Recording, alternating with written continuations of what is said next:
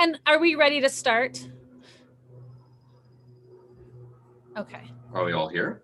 Notice we're streaming on YouTube, so I wanted to make sure we're ready to start.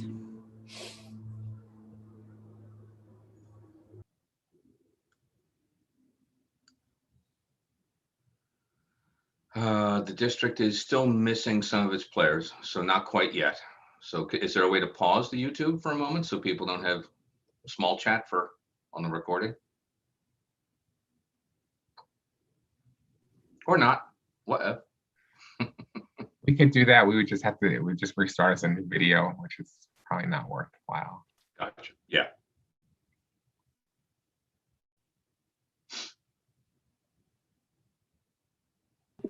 Good morning. Good morning.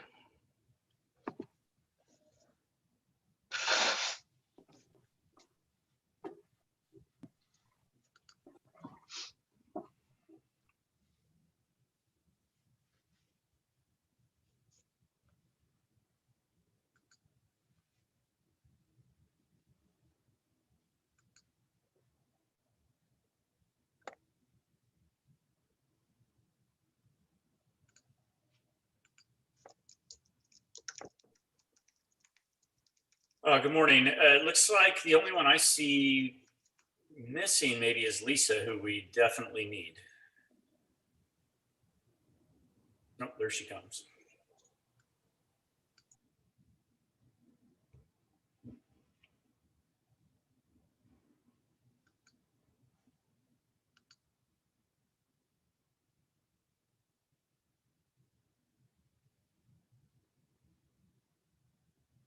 Okay.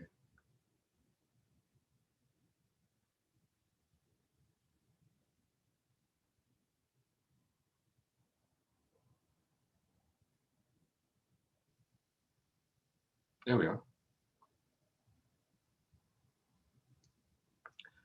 Well, good morning, Brian, and everyone else on your team. It's good to see you. How are you? Good, thanks. Good. I'm not sure. Lisa, there we go. I was going to say Lisa doesn't seem to have audio, but she's at least on my little icon, but it seems like she's here now. Yep, there we go. All right, well, good morning. John, where do you want to start this morning? Or we didn't really talk about a formal agenda, or I don't know if you and Lisa did in the interim.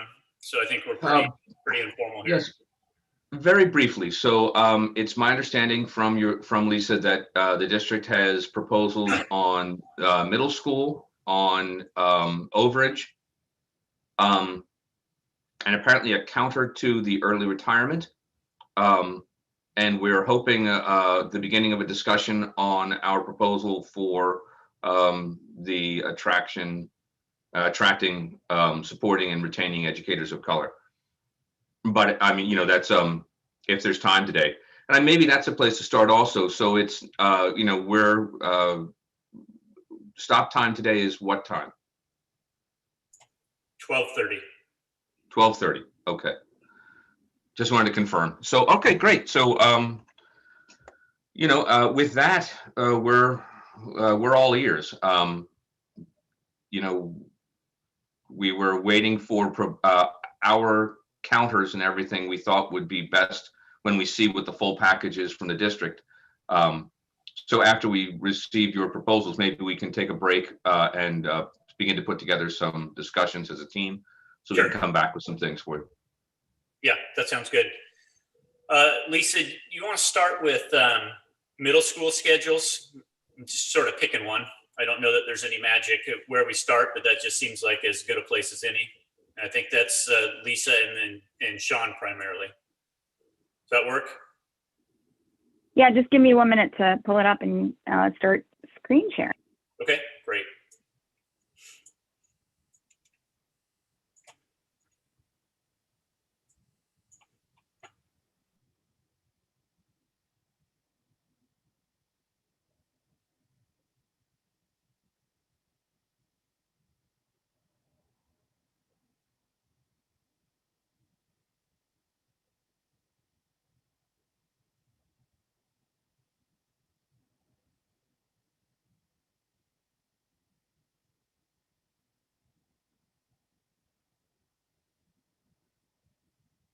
So I think Sean's going to walk us through this, but just as a preliminary introduction, we've only made changes, although this is all of Article 7 in Section 7.8. So you'll see, I know I'm scrolling kind of fast, but it's just to show that the rest is unchanged.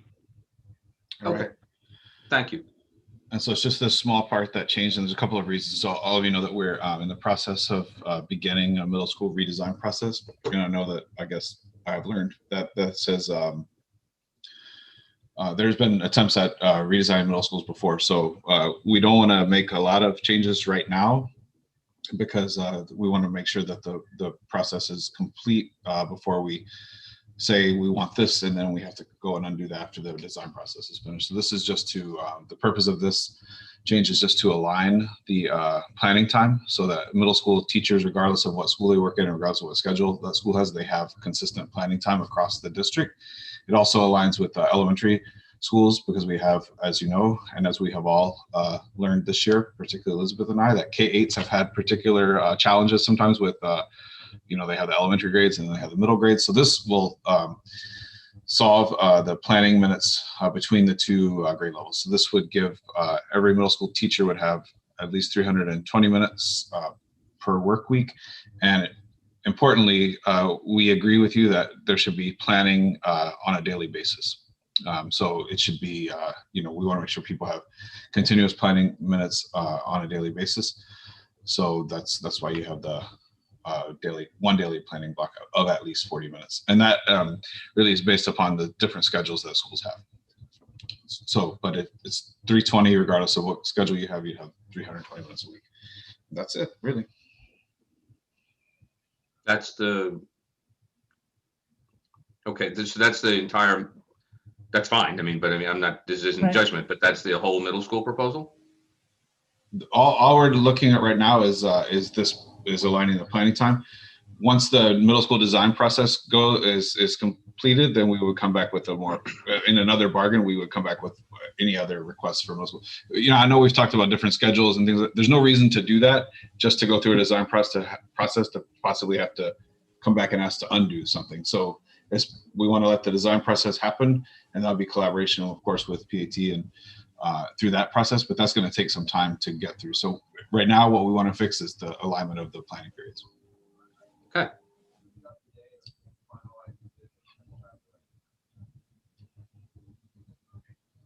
Questions? Any questions on this piece? It's pretty straightforward. Okay. I get it. All right. I guess I do have a question. And I'm sorry, a garbage truck came right at the time that I'm about to ask. Of course. So in the past, it said a period, which meant that teachers had a period during the day when they weren't teaching. Is it your intention that would still be an expectation, or does this allow, is it intended that this allows for middle school teachers to teach a full day without having a planning period if that still achieves the 320 minutes? No, they would have every day they would have time off. So, but some schools have 55 minutes, some schools have 45 minutes, some schools have 43. So it's there's some schools that want, if they do a block schedule. So if they had a 90-minute period, it's conceivable that the principal could say, okay, we're going to do our PLC in 45 minutes of one day of the block, and then you have the other 45 minutes. So as long as they have, but in most of the schools that are 6 periods, it's going to be a period because that's just the way that the minutes work out. But yes, the intention is that every day a teacher we agree with you, teachers need to have planning time every single day to be able to do their jobs well. And this is during the 40 minutes during the student day? Yes, during the student day. Yeah. So it would not be for the 40 minutes before school or the 40 minutes after school? No, it would be during the school day. So you'd have a prep. I mean, if you're off second period. Yeah, that's what we thought. I thought that's what was, but then I realized that the elementary school has it before or after school. Well, No, student day, before or after student day. It's during the student day. So yeah, it would be during one of the periods that you teach. Okay, thank you. You're welcome. And my understanding is that this 320 minutes would include the 15 minutes at the end of the day that's on every day other than the staff meeting day. Isn't that a contradiction to another part of our contract that says that that is not planning time? Which portion? I'm sorry, I couldn't, We I kind of have- missed what Lisa was saying. So We can be the assigned last duty during 15 that minutes, time, so I don't know if that. You know what I the mean? last 15, I might have said it in a way that was confusing. Let me say it again. So there's a provision in this article, let's see if we can find it, that says the last 15 minutes of every workday. I'm not talking about this 7.5 minute provision. I'm talking about the provision that the last 15 minutes of time in the workday is designated as individual planning time.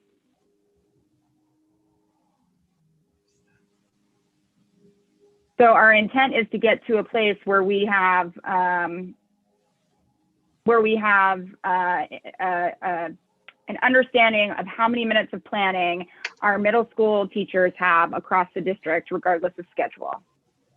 If that makes sense, regardless of the specific mechanisms of that school schedule. So I think it's sort of clarify? similar to how we looked at it. Oh, I'm so sorry. No, you're fine. ahead. Just my understanding is those 15 minutes before school, before students arrive, and the 15 minutes, or before class starts, and the 15 minutes after class starts, we are allowed to be assigned half of that, up to half of that as duty, which many schools do. So that means that really that's not planning time. If we Yes, assign I would duty. The amount of time that is duty is not planning time. I agree with you. I agree with you there. I don't think we have any disagreement there. I think that what I wanted to get clarity on and have this conversation about is this provision about the last 15 minutes of time during the workday, which is held for all grade levels as individual planning time for professional educators. And that's outside of those. Okay. That does not include. Yes. Yeah. Got it. Thank you. Oh, wait, Yeah, now no I'm problem. confused. So the 320 minutes, so the 320 minutes do not count the hour of time during the end of the day. Is that what you're saying? No, they do, is what she's saying. But it doesn't include the 7.5 minutes. Right. Of Yeah, that's never been Okay. counted as planning time. Right. Right. Great. So it's making me think of sort of how we looked at educator directed time during this year, where we came up with that weekly total and then talked about which parts of the day, right, like count as that. And what's more difficult, I think, about doing that as extensively as we did this year is that this year we were able to put kind of everyone on the same schedule, right? And we know that's not the case in our middle schools across the district in a normal year, because they try and get the schedule that works best for the community, the educators, and the students. So I think that though we want to move closer to that concept, like Sean said, because it provides some flexibility. We say this is the total, these are the kinds of things that count, and that's what we all need to meet. So again, so just so I'm clear on this, so by doing 320 minutes, that means in the K-8 schools, the middle school and the elementary will be operating on the same schedule as each other, roughly speaking. So that would be probably, I mean, I'm not sure exactly how the total minutes, but in a K-8 schedule, there is the undefined time at the end of the day that the middle school educators receive currently. That, I guess, would either go away or become part of, depending on what their schedule is, or become part of the 40 minutes. But either way, that would no longer exist, I take it.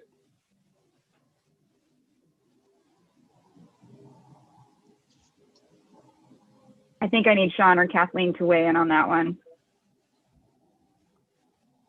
I'm not as familiar with that schedule. Kathleen. Well, think of the Fernwood arbitration, and the result of it was that there was undefined time at the end of the day that was meant for teachers to do necessary work. It was clearly not defined as planning, but it was also not defined as a time assigned time. So they had this sort of, platonic plane of time. Anyway, so that I assume is going away is my question in this proposal. I think that assumption is correct. I think what we want to do is get clarity on what time is planning time, and move and so that we can know where certain parts of the schedule of an educator's daily schedule, right? What parts of that schedule can be used for what? If that makes sense. So I guess just a basic question. Do you believe that this is an increase in the amount or decrease in the amount of planning time that middle school educators currently have? And is it your intention for it to be an increase or a decrease in the amount of planning time?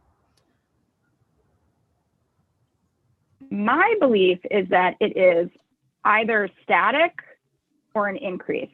I don't believe that it is a decrease. So is your intention to not have it be a decrease from the Correct. Yeah, when we look at the various schedules, we did not see anywhere where contractually it would result in a decrease. So your interest is to have as much of or more planning time for middle school educators than they currently have? I think our primary interest is to have alignment at all middle schools and to have some greater alignment at the K-8 schools between the grade level expectations, consistent within one school. I think in achieving that goal, we did not want a solution that would cause a decrease in planning time. Okay, thank you. Yeah. Thanks.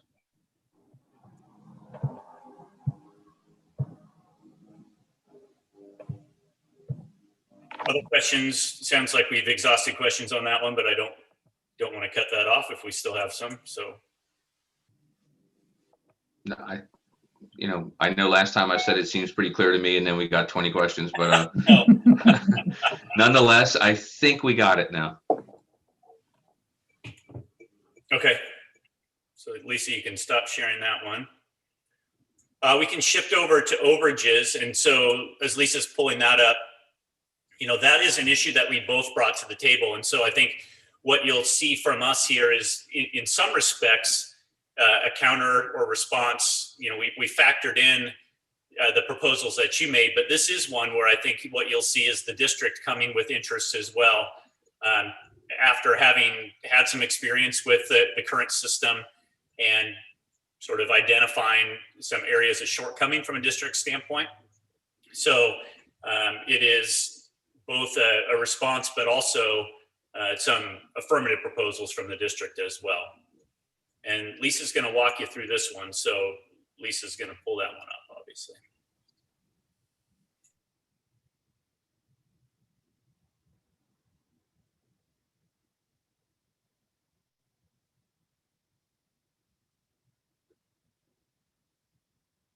I'm trying to send you a copy of both of these, John. Right now, okay. my computer's being incredibly slow, so that's what. No worries. Thank you for that. Now, as soon as they come in, I will forward them on. Maybe it's there. I see it. Not yet, but as soon as they arrive, there we go.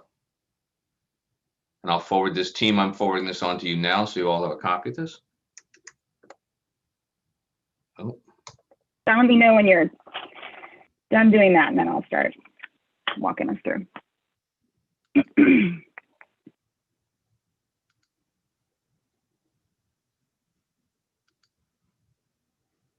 Okay. Hold on one moment.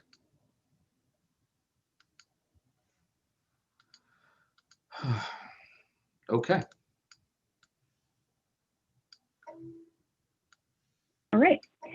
Thanks. You'll see a lot of noise over here on the side. I tried to increase this big enough so we can focus on the words, and hopefully it will be possible to actually see what changes were made.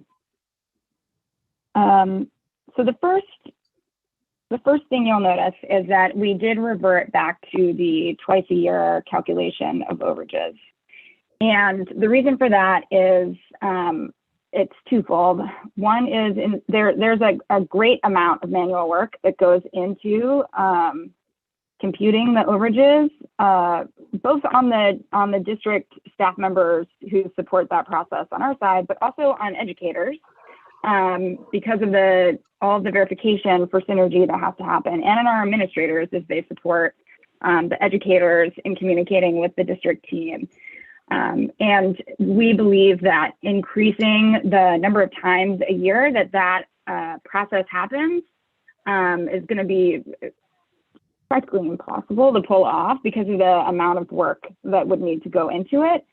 And when we heard what your interest was, we believed your interest was to cut back on disputes and to provide more clarity to the system. And we think that moving to a monthly computation would do the opposite. The other thing that the team shared with me is, we don't use a flat stipend. We use a percentage of the base salary. So the number that is multiplied by whatever times it needs to be multiplied is it makes the math funky as you start trying to break down how many payments were made for what. And so if we were then to start, it already causes confusion. So if we were then to start adjusting as we move through the year and then averaging it out over months, it would get incredibly difficult to track, we believe, at what the monthly amount should be. It'd be really hard to follow along. And so that is why we reverted this language back to the twice a year computation.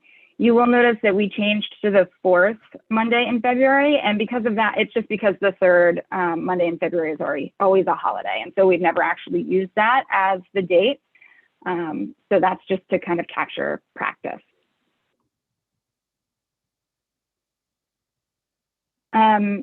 We did revert back to the 2-week deadline to move students to adjust for overages.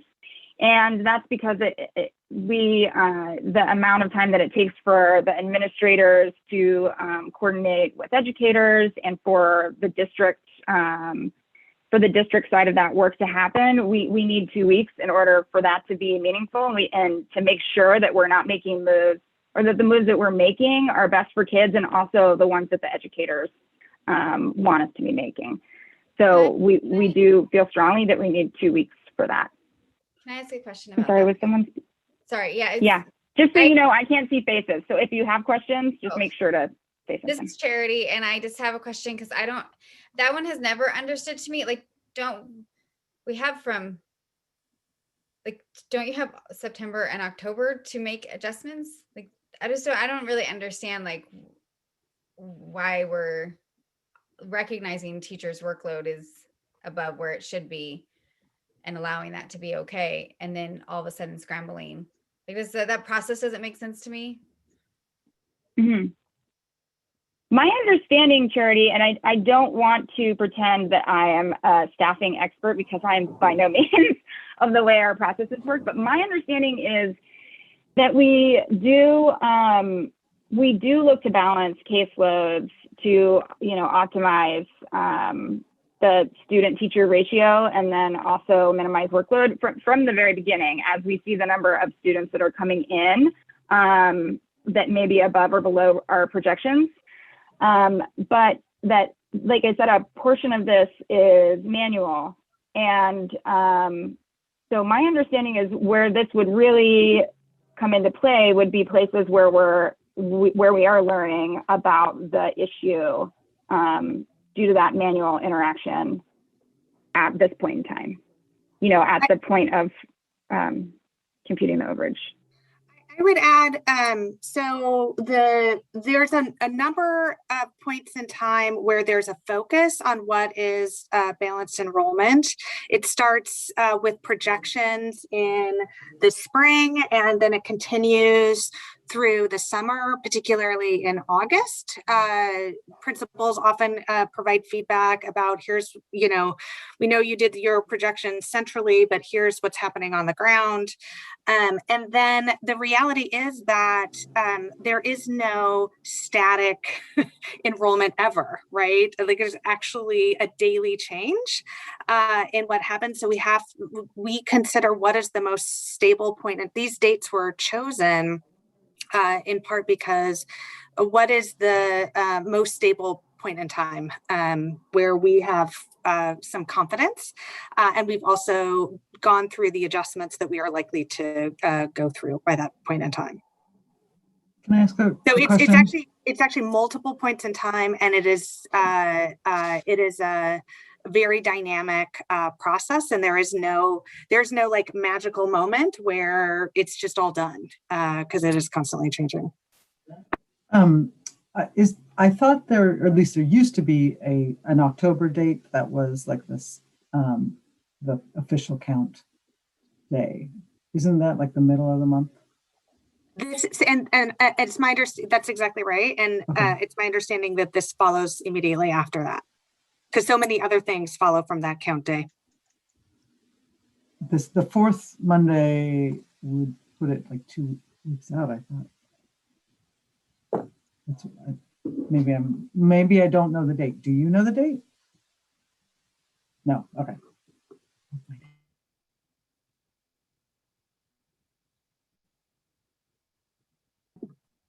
You're talking about that date in February? That's 4th. The 4th. No, in October. There's a date in October. I don't know if it's a state mandated date or where they do the official count. Yeah, I know what you're referring to. I don't know what those specific dates are.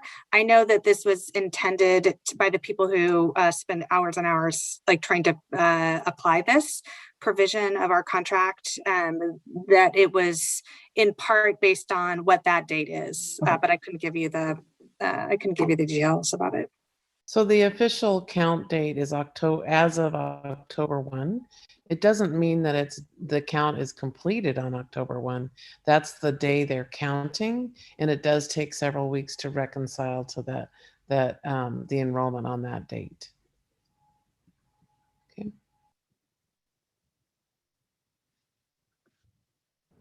So did you say that the reason that you would like it to be Part A, 2 weeks to move students is because you might not know until that official day when there are places where adjustment is needed?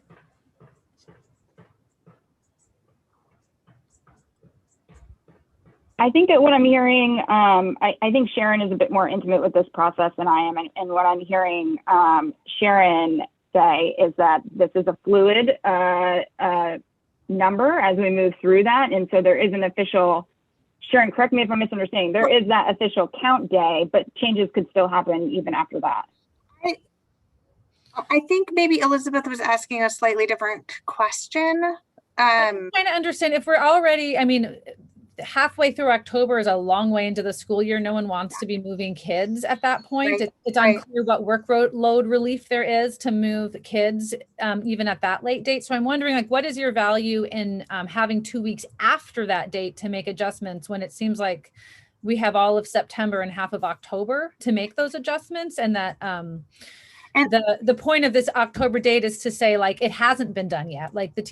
This is a case where workload wasn't relieved because if there are still overages at that point, those systems didn't happen on their own. And so I'm wondering why the need for that buffer at all when we've already had all of September and half of October under this proposal to be able to make adjustments. Right, and Elizabeth, that the expectation, there is a lot of reluctance to move students, and the further you go into the school year, the greater reluctance there is. So that is part of the considerations as the district staff is looking through where do we have discrepancies and issues around overload. So the 2-week period is not this is when we expect to move students. We expect to have had it resolved by then, but having the date count on the third Monday in October, and then any adjustments having to happen within a week is a really, really tight turnaround. I don't think that is our preferred option, but it is one of the options that sits in the contract, and we need a timeline that's based on here's the cutoff date and the deadline, and what is the opportunity to address that. We just need a reasonable amount of time for to be able to implement that. So it's not that that work isn't being done. As I said before, that work is actually being done starting in the spring and all through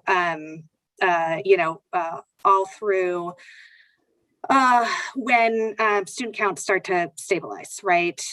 So it's not that we're sitting on our hands until the third week in October. Quite the opposite. We want to really, this date and time is to address what do we know and what are we confident in about what is the teacher workload. So it's going to come after, right? So at some point after we think that stabilization happens. I think this is I could be wrong about this, but I believe that we almost always use the stipend, right? Not moving students around. I think that's what the district is regularly doing versus moving students around at this point in time. But we got to have a runway to implement after this date. And so I guess that was my other question is, does the runway have to be after the date, or have you considered the feasibility of having the runway before the date so that these solutions have already been put in place if they're going to be, rather than having this gray period where it's not clear? And my understanding is that moving students is more common for special education caseloads, right? This time period. That's right. And it's unclear how that relieves work when that is done, in the last weeks of October.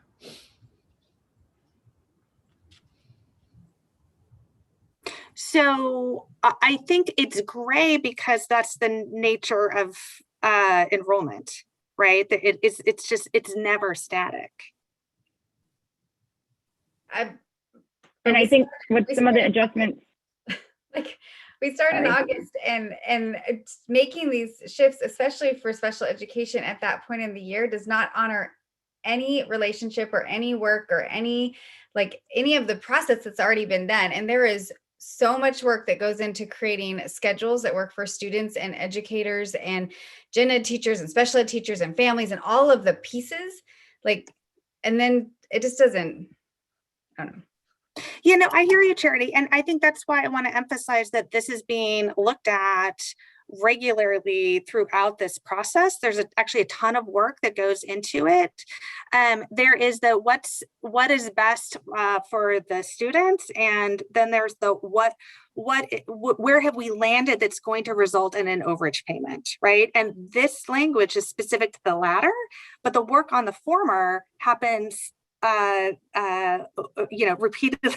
It is a dynamic process that is happening from the spring through the fall for the October date, right?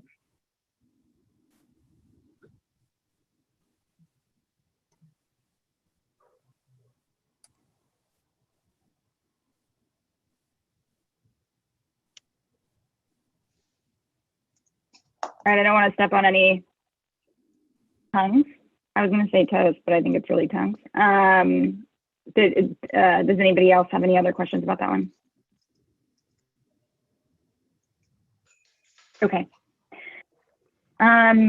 You'll see that we, in section B, we did make a slight shift here within, so the changes that we accepted the 1 week timeline. But the shift is to what needs to happen within that 1 week is that we allocate the FTE to the educational assistant position. And the reason for that is because is because if we've gotten to this point, right? So all the same conversation that we just had, we're working on this, like Sharon said, throughout the entire, through the end of the summer and the school year. But if we do have a circumstance where we've gotten to this point and now we realize that there is an overage where we believe an educational assistant is the best outcome for the educator and the students, then we do need time to be able to acquire that educational assistant to make sure that we have time to find someone who is who's qualified and competent and going to be helpful. And so we agree with the 1 week because we agree with everything that you all just said, that we want to be on this. This is pretty late in the year at this point, and we need to make sure that we are providing that resource as soon as possible. And the reality is that those steps do take some time. And so with allocating and posting and all that stuff happening, we think the 1 week timeline for allocation is the where we'd like to move with this. You'll see that we struck this last sentence that previously provided that the professional educator could decline an assistant or a paraeducator and select the stipend, the overage stipend. And the reason for that is when the district does determine that an allocation of an educational assistant is the best outcome for the students and for the educator in that particular overage circumstance, we want to make sure that the outcome that let's focus on what you believe is the outcome for the student. The purpose of this clause is to have the educator make a decision on what's best for the educator. It's not a concern. What you're saying is you have a better idea of what's good for the educator than the educator themselves. And if that's your position, that's fine. But let's not express it as an outcome that's good for the educator, because that's clearly not the purpose of this. So why don't we go on to C? Well, I don't want to, John, I hear your frustration and I want to acknowledge it. I don't want to agree. I actually don't need the acknowledgement, Lisa. Lisa, I don't need the acknowledgement. Thank you. That's very kind of you. But hey, John, can you not interrupt her while she's presenting and just let her finish with that presentation? I think that's a courtesy that we all owe to one another, to let people finish their thoughts before we're jumping in. Even when we're frustrated, which we all are at some point. Frustration is actually not the issue, is a mischaracterization. So, whatever it is, I actually don't care why we're doing it. If we could avoid interrupting while people are presenting, that'd be great. That section was really intentionally bargained because teachers know their class well, and they know the makeup of the population and the needs, and whether or not an assistant would be more helpful than not helpful. Sometimes having another person in the room is not helpful, depending on the makeup of your students, the number of students. Sometimes it's more work to have another person in the room. Sometimes it's helpful. And so that is where the choice was. And we spent a lot of time on that. I'm not tied to it because of the time. I'm tied to it because that's the reality of being in a classroom and having that option of, will it be more helpful to have another adult? Will they be able to help with what my students need in that classroom this year? Yeah, and I mean, I want to point out this is our initial proposal, and so we of course anticipated that we would want to be talking through what the intentions of all of the provisions that we've touched on here were, what the interests are, and have a conversation around where we land. So I hear you, Emmy, and thanks for providing that context.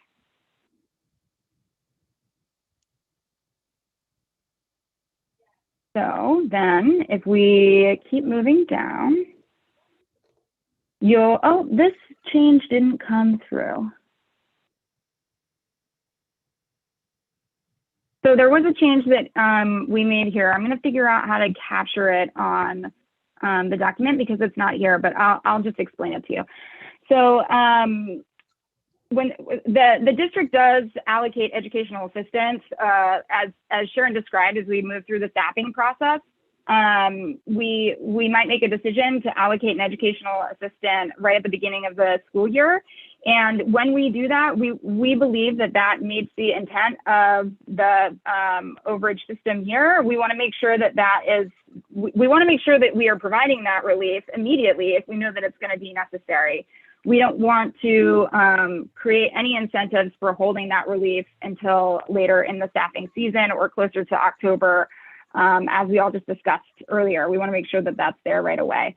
And so we made a shift that kind of the paraeducators in this sentence was struck, so that the educational assistants and parent educators, this language was different as applied to them. So when it comes to educational assistants, it said educational assistants already assigned to the class will count towards this relief. And then as to paraeducators already assigned to the class due to threshold estimates will count towards relief. And the distinction there is that we know that in many of our SPED contexts, we have paras that are already assigned for purposes that do not necessarily reflect the number of students in the classroom. And so we wanted to make sure that we were treating those differently. Did I hear someone try and ask a question?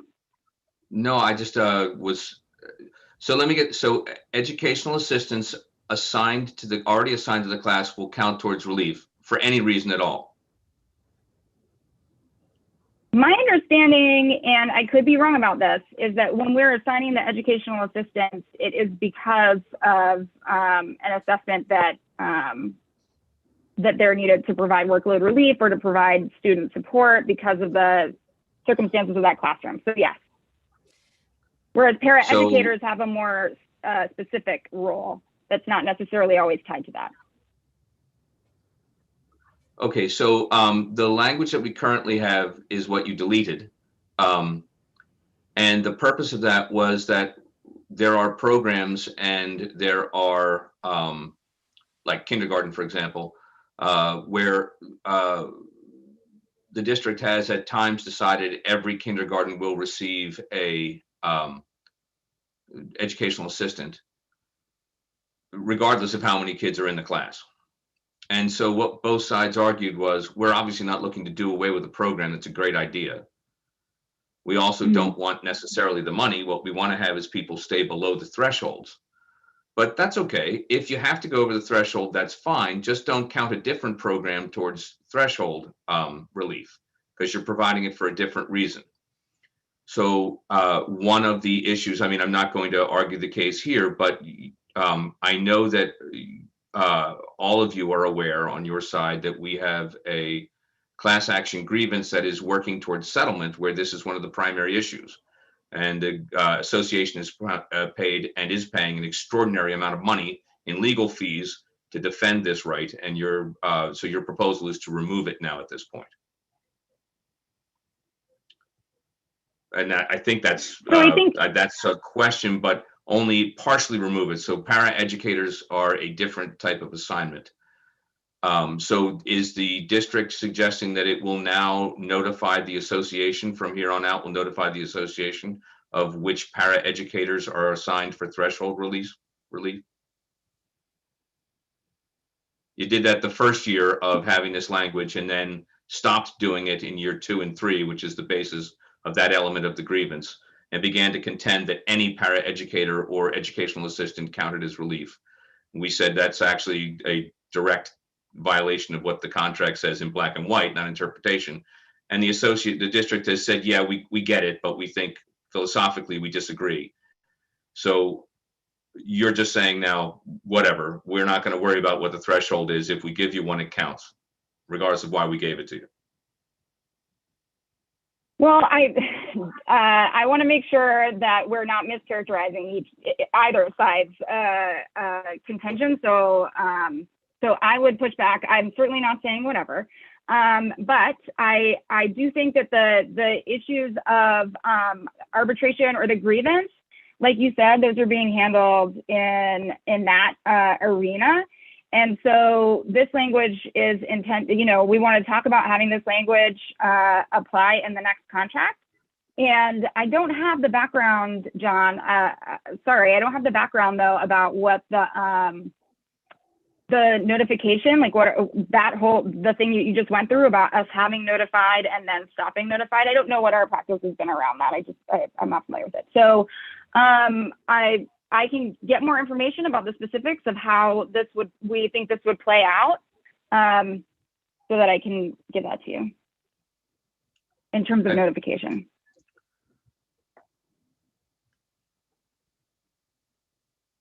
Okay, so you'll see, I mean, in the places where we removed, where there was reference to the monthly computation, that language has been removed. So that's what you see here. I added a notation just to incorporate those other provisions from the contract that were excluded. I think that they were just excluded because you all didn't touch them. But I wanted to just add this to make sure that we were clear and all in the same place on that. Okay. So this is one that I'm sure that we're going to have a fair amount of conversation about. So I just want to acknowledge that up front. Let me explain to you what our interests are and what we're trying to accomplish here. As we look at staffing across the district over the last 3 years in overages, we found that for overage payments, the average payment to educators was $2,600. The median payment was around $2,000. And this is broken out in, I think we've done it for 3 years, so broken out in each of those 3 years. The most frequent payment, depending on the year, ranged between $1,300 and $651. So with that data, as we look at the goals of what our goals are in the overage system that we bargained here, it's to positively impact class sizes and to be some recognition of the workload that comes along with having additional students or additional preps. So as we all know, the district uses a racially equitable staffing formula so that we make sure that we are funneling our resources towards our most underserved schools. And when we looked at, we knew that when we were bargaining this, that we were going to learn some lessons. And one of the lessons that we look at as we look at the data of the overage payments over the last 3 years is that we do think that there are some instances where the payment seems excessive. When we compare a payment at, say, $8,000 or over $8,000, that's 18% increase to the base salary. And we don't think that payments of that size were the intention of probably either of us when we negotiated this system. So again, we want to make sure that we're funneling our resources to our underserved schools and right-sizing our staffing to the schools that we know are historically overserved, and that our staffing formula is reflective of that and those differing needs. Every student doesn't come into the district requiring the same amount of support or the same amount of, I'm just repeating myself, the same amount of support. So that's what our intention is here. Again, I anticipate that we're going to have some conversations about this, but we did want to go ahead and get that feeling that we're having out on the table so we could talk about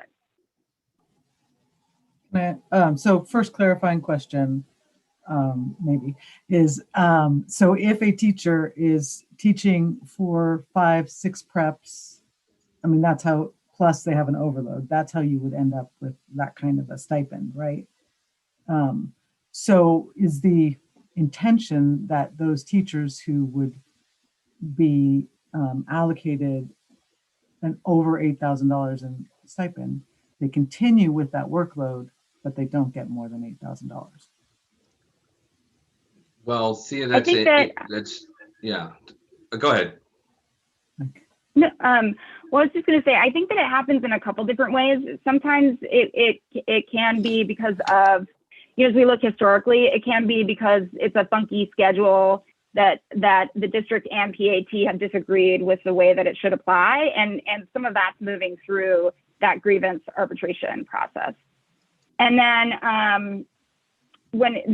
I think that you're right that there is a combination of student load and unique preps that happen there, and I think that where you're getting with your question that you asked is exactly the right one, right? Like, how do we still meet the intentions of the system, and excessive stipends to teachers that I don't think any of us intended. So maybe it's that we can have a conversation about like, what might that look like, right? If we have a teacher who would go over $8,000, if you applied the overage language literally, like how do we solve that? How do we acknowledge that workload and resolve that issue? Yes, that is the question. So as this is written, it seems like the resolution you've come up with is we will not pay them more than that. There's no language in here about resolving the workload issue.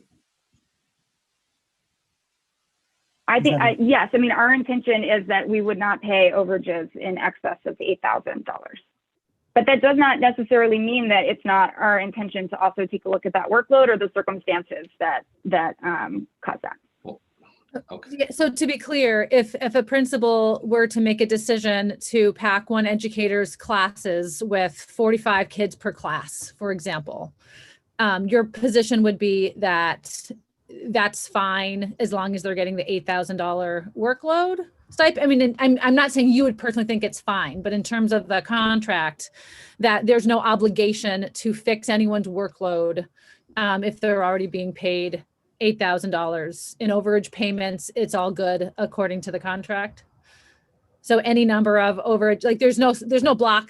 Sorry, I think I already know the answer because I think this is what Thea just asked. I guess I'm just a little bit shocked to hear that's your intention. So there's no this would take away any rationale through our contract. The whole point of this language was to protect workload, which is protecting students, by creating a circumstance where the district shares the urgency for reducing workload so that students can get their needs met and teachers have the time and support to do the jobs. But this would end that urgency once a threshold was reached. There'd be no further reason for the district to solve that problem according to this language. I think that the language is what it is. You know, I mean, right there again. This is us starting this conversation, identifying an interest that we have here, and trying to talk about how we can resolve it. So, the language that's there right now says what it says, and then I don't think it's not our intention to have classes that have that size, right? And so I don't know if Sean wants to say anything about, you know, or if anybody else wants to say anything about what our intentions are, but that's my understanding. Well, I guess the only thing that I was going to add to the mix is, Elizabeth, I think that's why we chose what our perception of a fairly high number was. You know, Lisa ran through what's the average and kind of median and most common, and those were numbers that were significantly lower than this $8,000 level. And so I think we were trying to be intentional with what we saw as fairly high payments under the overage system rather than like that average or something lower. So I think we were intentional about where we selected. So if I can for just, 1 sec. Okay. Go ahead, Elizabeth. I just wanted to say, because I know you were not all here in our last bargain, and folks listening at home, I just want to make sure that everyone is clear. We don't want anyone to get overage payments. We Correct. would like workload limits. That was the whole reason to have these thresholds, because it was the closest way that we could ask for limits on teacher workload so that teachers can better serve their students and have the time and support to be able to do their jobs. We don't want anyone to be getting overage payments, except in those rare circumstances where there's really no other choice. We want there to be limits on what people are being asked to do so they can do what they're doing well. And that's always been the intention and the goal of this language. And I know that on your team, folks were not here. Many folks were not here for the last bargain. So I just wanted to really put on the table, that's always been the purpose of this language, and it remains our interest in this language is to limit workload. And we had totally agree that we don't like seeing large payments. And when those things are happening, our question is, why was somebody allowed to make choices about someone's workload that are so outsized, and how do we solve those problems? And how do we have those conversations beforehand if you think you have an idea for someone's workload that doesn't fit within the agreements we've made? Yeah, and I think sorry, okay. go ahead, John. I know you were waiting to say something, so go ahead. To Elizabeth's point is what I was going to talk about also.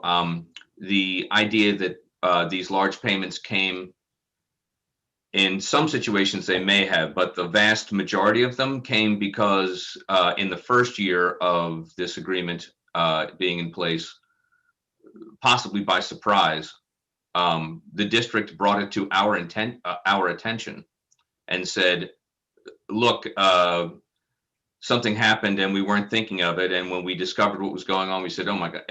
But the district then decided to, knowing that it was violating this and knowing that teachers were teaching extraordinarily large caseloads, the district decided to continue the very same schedules and the very same circumstances for 2 more years. And the reason why, I understand that, we don't, to reiterate and to be loud and clear to everyone, we don't want anyone getting any, let alone 8,000. We don't want anyone getting any overage. But the district would not discuss class size limits. What they would discuss was payment for excessive workload. And to say, well, okay, we recognize that we're going to try and live under this. And if we go over, well, we'll pay you, but we're not going to pay you if we go really over is, I think that's the surprise that you're hearing from our side.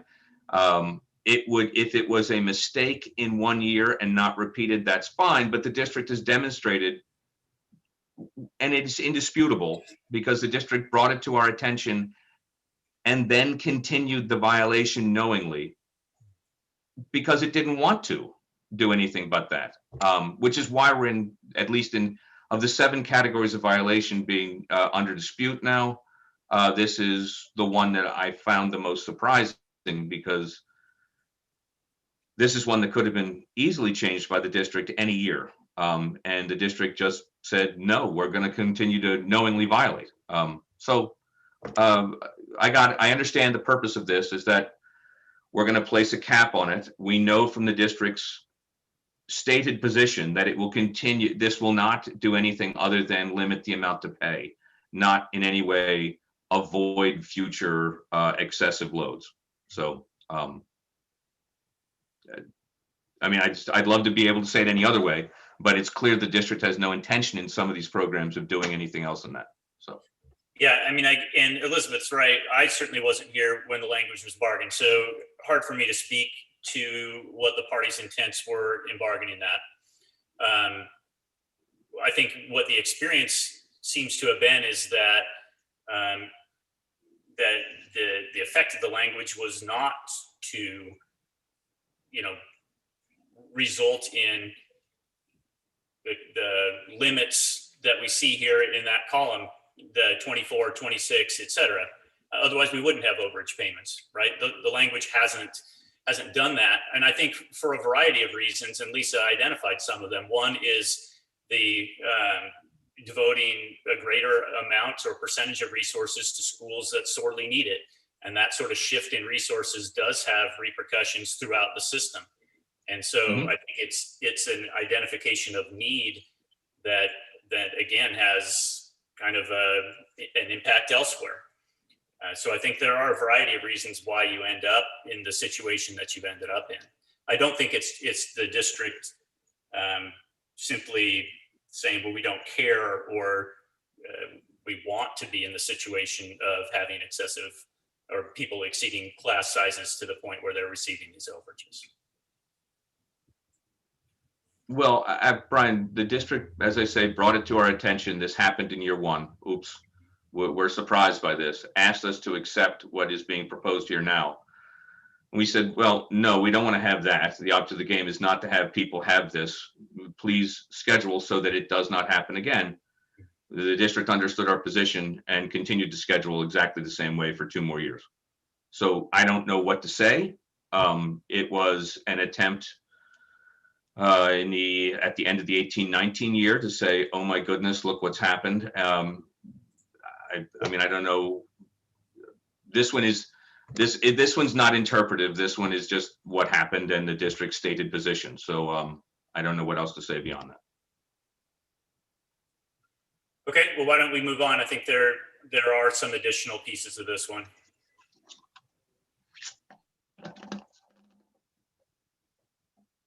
As I mentioned before, the strike-throughs that were there in order to move to the monthly system have been, I removed it in this one, and then I think I put a little note that it's our intention to remove them from each level.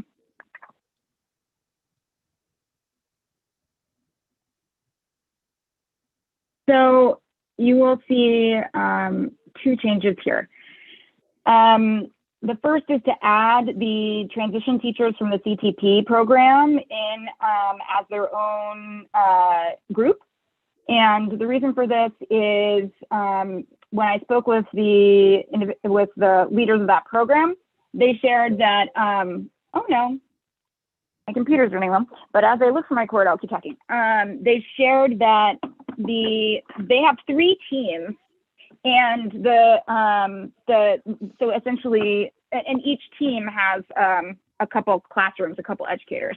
So team 1 is students that are essentially 100% ISB. And so our intention is to have that be reflected in keeping that 13 student threshold that's for our focus classrooms. Team 3 is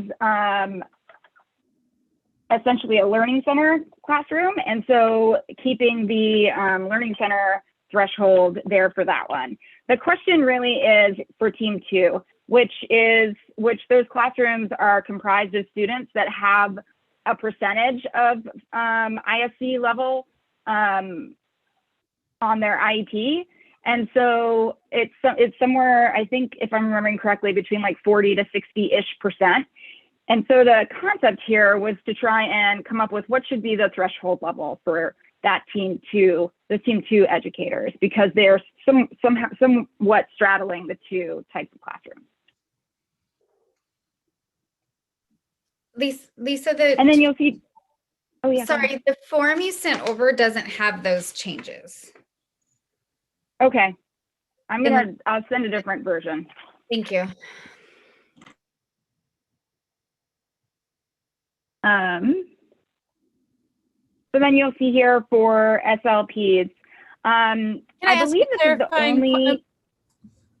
Yeah. Oh, I'm sorry. I was going to ask a question about the CTP program. So you're saying for CTP team 3, that is the equivalent of the learning center. So those students are going to receive their instruction elsewhere, and the team 3 is just doing the equivalent of learning center support for those kids, or are those teachers in that team their primary givers, providers of education the whole day?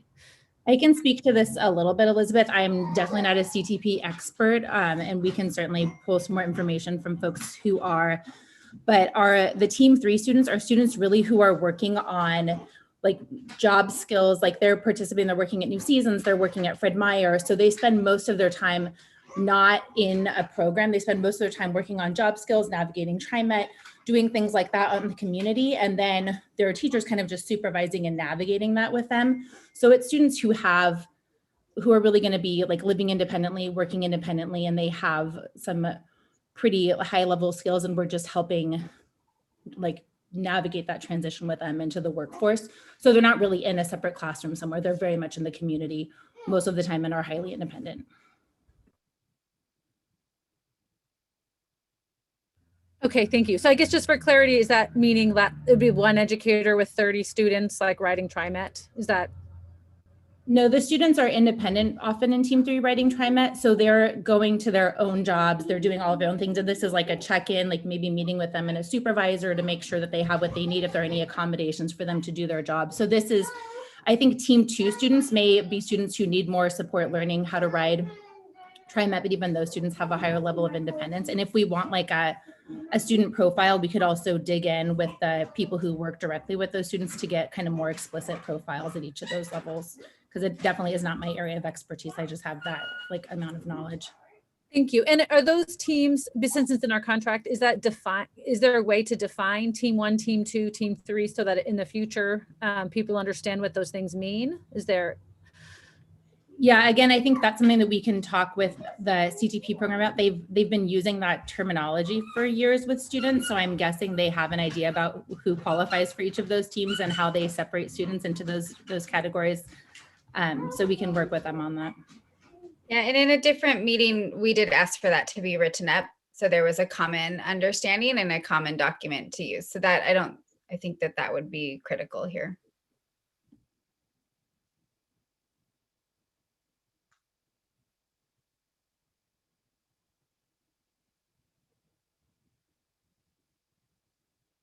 Moving on to the change here for SLPs. My understanding in speaking with the SPED department is that as is the case with I think all of our other PAT members that are work types that are identified on this chart, that the level of support that students require from SLPs differs at the elementary level as compared to the middle school, high school level.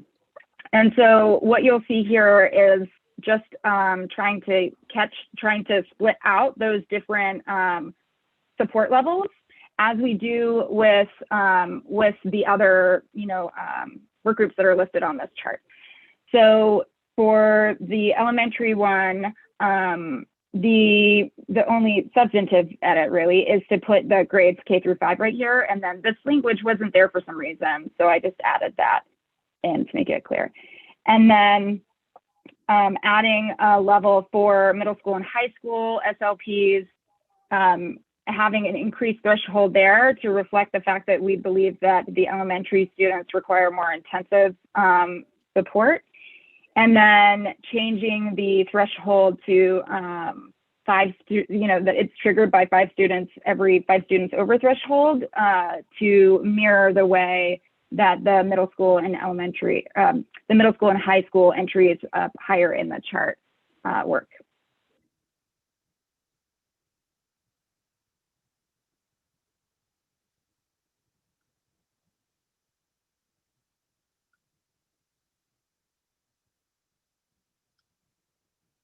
And then you'll see that we included your suggestion, your proposal to add ESL educators to the overage system. We did increase the threshold number here. Currently, we staff to 56 students per one ESL educator, and we believe that that's the right level. And so that's why we proposed it back here. We added the distinction here of the non-DLI enrolled students. The reasoning for that is it was explained to me that when we have bilingual or emergent bilingual students in our DLI programs, that the program ratio between the level of instruction that's in English and the level of instruction that is in the language is meant to assist both the emergent bilinguals in furthering their progress with English, as well as to make sure that we have students in the classroom speaking the native language so that the English-speaking students are getting that exposure as well. And so when it comes to emergent bilinguals that are in DLI classrooms, it was explained to me that that they're getting almost all of that exposure and support in progressing on their language path from the DLI instructor as part of the DLI program. So to clarify then, are you proposing that students enrolled in DLI programs will not be served by ELL personnel specifically, and they will receive their services from their classroom teacher? I think I would need to, Kathleen, do you have a response? I'm not as familiar with the way that interplay works. I'm as sorry. maybe one of our instructional members might be. What is the actual question? I'm sorry. So your proposal says that up to 56 non-DLI enrolled students. So does that mean that students who are DLI enrolled will not be served by ESL educators and will receive their services from their classroom teacher? Is that is that the intention, or is it the intention that ELL teachers do serve DLI students, but they just aren't counted on their caseload? Yeah, currently in our DLI programs, particularly in kindergarten, our emergent bilingual students are served by their classroom teacher because of the language development that's built into the program, from what I understand. And your understanding is currently ELL teachers are not serving students in DLI programs? Not in kindergarten emergent bilingual students specifically. But I could get clarification for sure. Yeah, we need clarification because that's not the case in SCOT. We have an ESL teacher serving all our students from K-5. And because if that's the case, then I will need more hours to prepare to teach.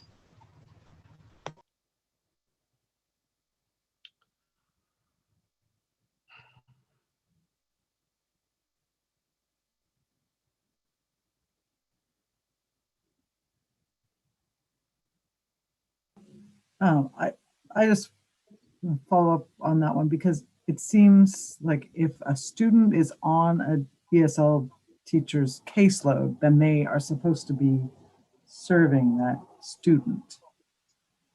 So maybe I'm confused by this language. If you have a DLI enrolled student, but they are also on the ESL teacher's caseload, wouldn't that ESL teacher be serving that student? Other than maybe, I mean, even in the kindergarten and emergent bilingual situation, if it's on an ESL teacher's caseload, they have to be serving them, right? Yeah, we're working on getting clarification. Okay. Yes, I was going to ask, I think we need clarification because a regular classroom teacher will not have the time to do the assessments that are required for ESL students. It's like a different job. I'd also like to recognize that if there's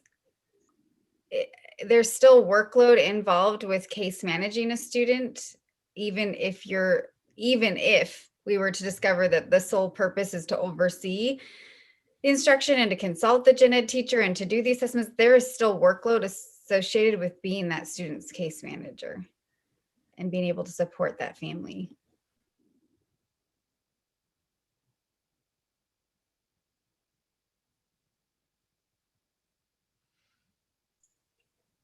Yeah, we'll get more information. Thank you. I have a question. I see that you struck the language about the weighting of newcomers or students with interrupted formal education. What was the thinking behind that?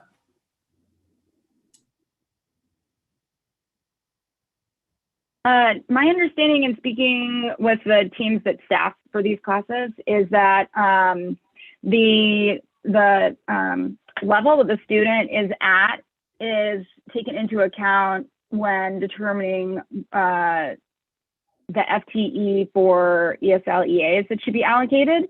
And so because it's being configured in there, we think that that's capturing that. This is not my area of expertise by any means, so I'm not sure I fully understood the answer to the question. Is it that you are saying that you struck it because you believe that the workload issues that go with newcomer students is already being addressed by having EAs? Yes. So we use a weighted formula in determining how much EA FTE should be provided to schools that have EBs. And that weighted formula takes into account whether, I don't think they're called newcomers or students with interrupted formal education, but there's a level, I believe it's 1 through 4. And so that formula takes into account that level, and we allocate additional EA FTE where there's higher numbers of students at that level. So yes, we think that addresses the additional workload and making sure that those students can get additional attention. Okay.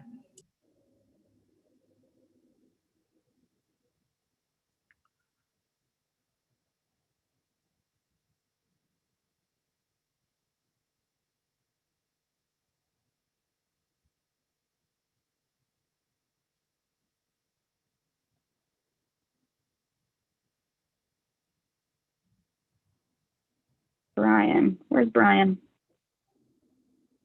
Brian, so that's the that concludes our overage proposal. Brian, do you want to take the mic? Sure.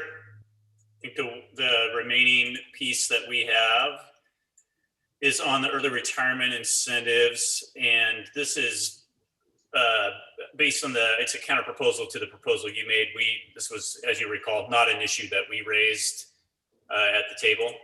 And so I'll share screen, and this is one that's on my computer. So then I'll need to send it to you, Lisa, who can then send it on to John, but I can only kind of do one thing at a time. So I'm going to present, and then it'll be after the fact sending. I hope that's okay.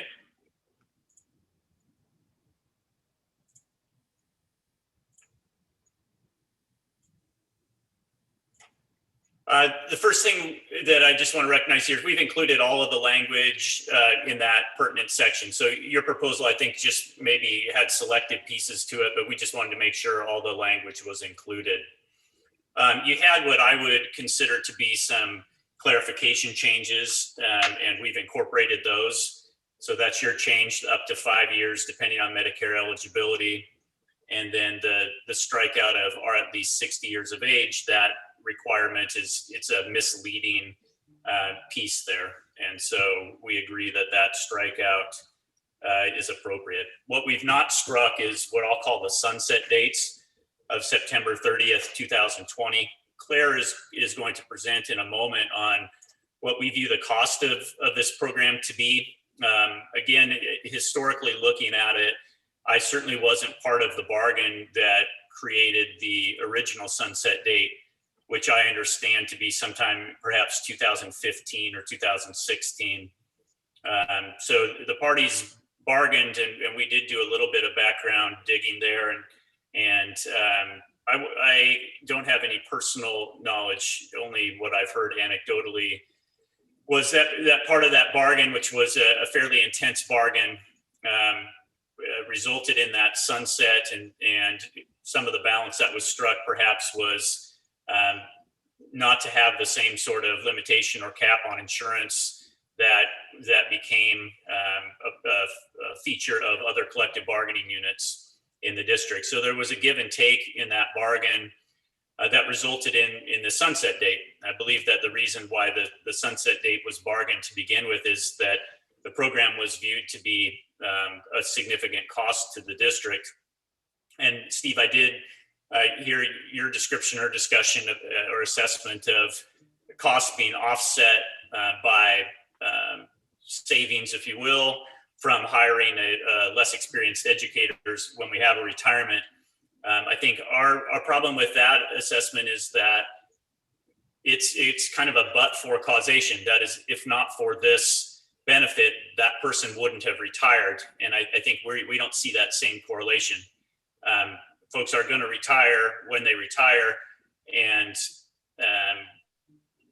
we don't see this retirement benefit as being the sole reason why somebody retires. Everybody's going to retire eventually, obviously. And districts rely on turnover savings. All districts rely on turnover savings to afford other changes in personnel, things like step advancement and column advancement. So the program like this really is an erosion of that turnover savings. So it is an actual cost to the system. And I'm going to have Claire share just a real brief documentation of what our calculation of that cost is. So the proposal itself, I think, is fairly straightforward. I'm going to stop sharing, but again, we've adopted your editorial change, but not the strikeouts you proposed. We're proposing current contract language on, I think it appears in 15.1.1.1 B there, as well as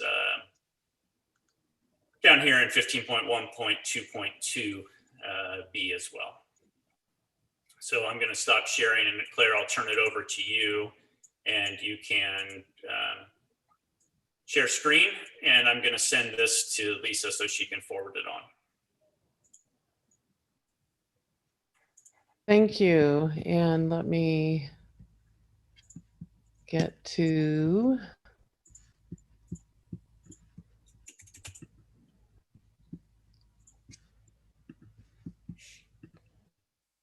and then okay, can you see that, or do I need to make it larger? We're looking at ourselves, Claire. There we go. Okay.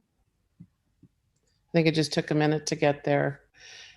So with the $425 a month stipend over 5 years, and now I'm getting internet unstable message, so let me know if there's an audio or a visual concern. And then also looking at insurance premiums over time, over the 5 years. So with both the stipend and the insurance premiums, there's a projection over the next 5 years, the cost would be $123,000 per member if they were eligible for the full stipend and full insurance premium for those 5 years. So may I ask a quick question? Are you saying that year one, the cost to the district is $22,810? Correct. Gotcha.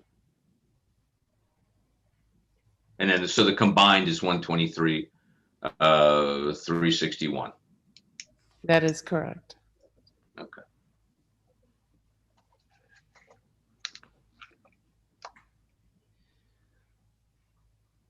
Now the one of the items the district has interest in is truly using our resources with our current staff that are working with students, focusing the resources there, and that with that sunsetting language remaining, that would still allow those that have 15 years experience to still be eligible, and this would sunset out over time. So Brian, I'm not sure if there's other things that you'd like me to share. Only if there are questions about the costing calculation that you have shown here, but otherwise I think it's a fairly straightforward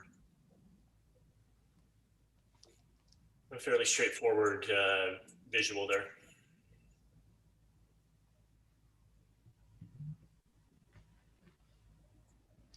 Okay, I'm going to return my screen back then. And thank you. If you could, would you mind sharing that with us? Happy to. It doesn't have to be now, and it doesn't have to be. So is it, am I correct in assuming that that cost calculation is based on the assumption that there is a $0 cost savings to people that would early retire because it's available to them and be replaced. Our experience is that because the language is they need to be a PERS eligible for PERS retirement, and our experience is that we realize savings anytime someone retires, but we don't see necessarily members retiring earlier because of this benefit. Do you have any sense of how many employees have taken advantage, I mean, on a yearly basis of this early retirement? I think that we could get you that information, but I don't have it here today. And how did you determine that they didn't retire? Claire, just out of curiosity, how did you determine that they didn't retire? Because that was part of their calculation? When you have to be PERS eligible for PERS retirement,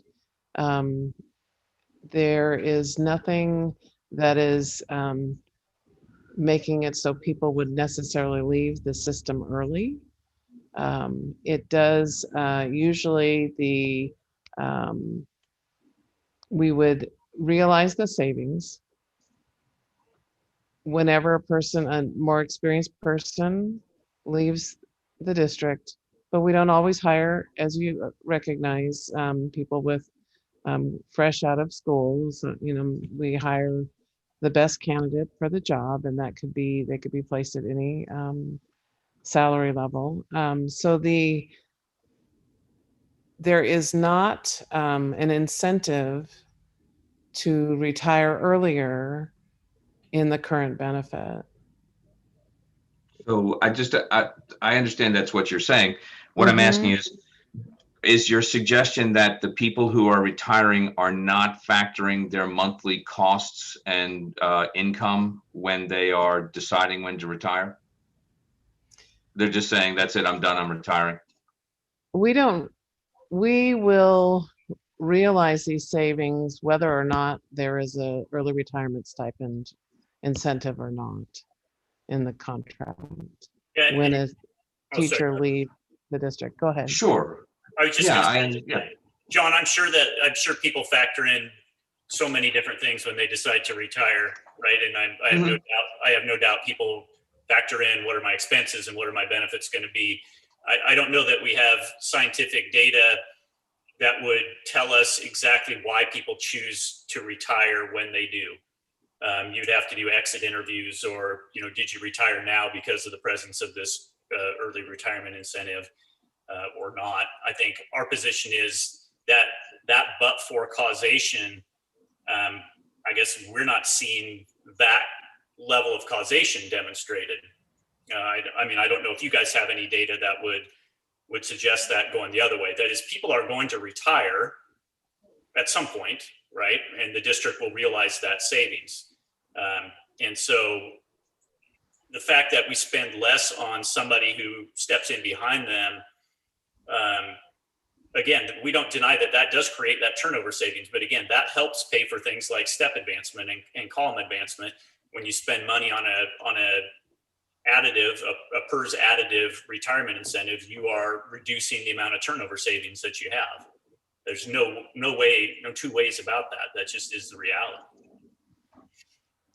Well, we do know we will be given enough time. I don't know in this limited bargain if we have it, but we would be happy to gather the retirees to ask them whether or not they decided to go because this was an option available to them. Sure. I cannot imagine anyone, and I don't think you're suggesting that this is the case, but I can't imagine anyone saying, I'll go this year and hopefully it works out. We think that every person who is leaving knowing what their benefits are and deciding that they can go at a given date. And this, of course, is one of those elements. If these aren't there, they are, by definition, going to stay until they can afford to go or until they physically collapse. And I don't think the district is saying either. It's an extraordinarily stressful position for some people. The district's aware of this. What this, I'm not suggesting and I never would, that the difference between someone leaving is always 88,216 and the person you're hiring is always 43,382.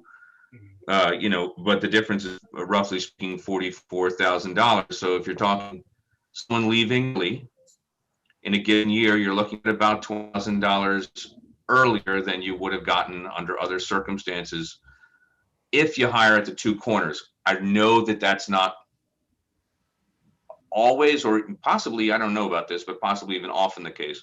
Probably most people are coming in at the MA. So that would knock it down to about 20. But it's, it is, we've done these calculations a jillion and one times. The two sides have always had the same position. But I just want to make sure that the district wasn't suggesting that people are going to retire whether they get this benefit or not. The object of the game of this benefit is to have people be able to retire as soon as they possibly can, if they want to. I think it's accomplishing that, but because you can probably take a look at how many people are retiring earlier than Medicare, and knowing that that's one of the costs, you could take a look and say, what's the average age of the retiree? Assuming that it's below 65, you can say that this probably has some play in it. But that's whatever. So yeah, I think the one other thing I would add is I think that these were bargained in at a point in time when there was a desire to encourage. I mean, it's called an early retirement incentive, which is presuming that the goal is to get people to retire early. I think there was a point in time where there was maybe perceived kind of stagnation. We want to encourage turnover. We want to, have people retire so we can hire new people into the system. And while that's part of the natural life cycle of a school district, I don't necessarily know in our current climate that the district has an interest in people retiring as soon as they possibly can. I mean, I think the district benefits from people with experience, and it's hard to hire good teachers, especially in key areas. So I don't know that there's a perceived benefit by the district to have people retire as soon as they're technically able to. I mean, obviously that's a decision that everybody makes individually when it's right to retire. But trying to move people out of the system as quickly as possible, I've not heard our side talk about as an identified interest. So I just throw that into the mix as well. Well, it pays for staff advancement and everything. Yeah, it does. I mean, it's beneficial to the system that way. Yeah. Mm-hmm.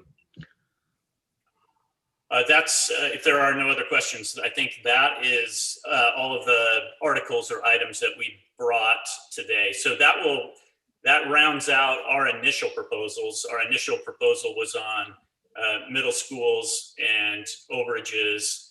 And then last time we had presented on zone schools as well as salary. And then we had also presented last time on student safety and discipline in the form of that proposed committee. So I think that rounds out the things that we were bringing to the table this go around.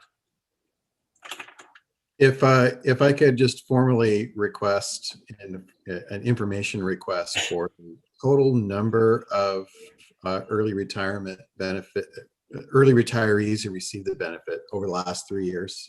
How many individuals, and what was the total expenditure of the district on the stipend over that 3-year period? That would be very helpful to us in considering what we would do next. Okay. Clara, if you can actually, oh, I'm sorry. I would just add to it, if you could also include the total number of retirees, period. I realize that might be difficult. So the total number of retirees, the total number of early retirees, and the cost of the early retirees, I think is Steve, is that capturing? Yes, the only thing I added was the total number of the complete number. I realize that's difficult because there will be, the district may have to pull out people who either, quit early or people who may have been termed for one reason or another. But other than that, would just give us a ballpark of the overall impact of the early retirement that way. Yeah, I know for sure that we'll be able to give you the number of people accessing that early retirement benefit and the number and that amount. And then, so John, I'm not familiar with enough with how they track things, so we'll do our best on the total number of retirees. Because sometimes somebody over 58 or whatever might have left, but it was to take a job in Beaverton or something like that. So, so I don't know whether to call them a retiree or not, Yeah, and I realize those folks will probably be in the number and we'll skew it a little bit. Sure. I don't think there'll be a lot. I just, if it's possible to pull out people who just, 35 and quit, 40 and quit, something like that, one can assume that they're not, unless they hit the lottery, they're not retiring. They're probably moving to another career. And there are also going to be people who are going to no longer be on the roll because of some form of either performance or disciplinary activity. And so, they would be in there also. So if it's possible, I realize that is not going to be easy to get. And if it's not possible, we'll just take the total number. Okay, well, we'll see what we can get and then kind of let you know what we came up with. Yep. Okay. John, I'm assuming you had said at the beginning that we'd probably take a caucus at this point, which seems to make sense. Do you have a sense of what kind of time you're looking at, roughly? Well, it's 10 of 11. We'll certainly, I really don't. Why don't you give us a couple of minutes in the caucus to be able to think about the time? Okay. You can shoot. It is an extensive proposal, so particularly on the overage portion. While we're caucusing, do you think your team can work on a response to the section on attracting, retaining, and supporting educators of color? Yeah, we'll continue to work on it. We've done some work on that piece. We weren't at the point of having a comprehensive response for you. We've talked a fair amount, particularly about the proposed bilingual stipend. So we've been working on pieces of that. So we will definitely continue to do that. Okay. All right. Well, we'll wait and hear. Why don't you just text Lisa when you have an idea of time, and then we'll go from there. Sounds good. All right. Thanks.